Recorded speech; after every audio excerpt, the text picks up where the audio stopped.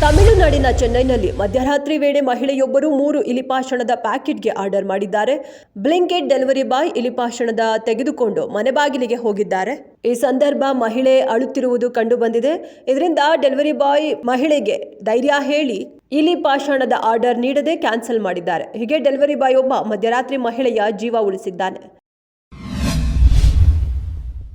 Supreme ಕೋರ್ಟ್ನಲ್ಲಿ ಇಂದು ಬೀದಿ ನಾಯಿಗಳ ಹಾವಳಿ ಬಗ್ಗೆ ವಿಚಾರಣೆ ಮುಂದುವರೆದಿದೆ.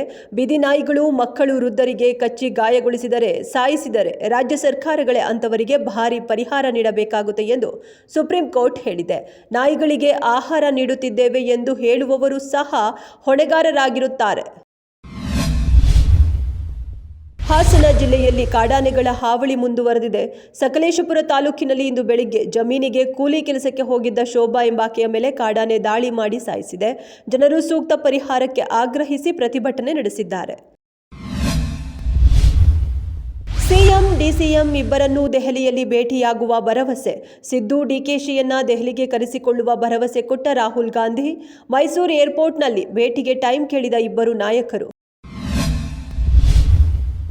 ಟಾಕ್ಸಿಕ್ ಸಿನಿಮಾದ ಟೀಸರ್ ವಿವಾದದ ಹಿನ್ನೆಲೆ ನಟಿ ಬಿಯಾತ್ರಿಸ್ ಟಾಫೆಬ್ಯಾಕ್ ತಮ್ಮ ಇನ್ಸ್ಟಾಗ್ರಾಂ ಖಾತೆ ತಾತ್ಕಾಲಿಕ ಡಿಲೀಟ್. ಟೀಸರ್ನಲ್ಲಿ ಬೋಲ್ಡ್ ದೃಶ್ಯಕ್ಕೆ ಸಂಬಂಧಿಸಿದಂತೆ ದ್ವೇಷದ ಸಂದೇಶಗಳು ಬಂದ ಕಾರಣ ಈ ನಿರ್ಧಾರ. ಈ ವಿಷಯಗಳಿಂದ ಬಿಯಾತ್ರಿಸ್ ಟಾಫೆಬ್ಯಾಕ್ ಬೇಸರಗೊಂಡರೆ ಎನ್ನುವ ಪ್ರಶ್ನೆ ಮೂಡಿದೆ.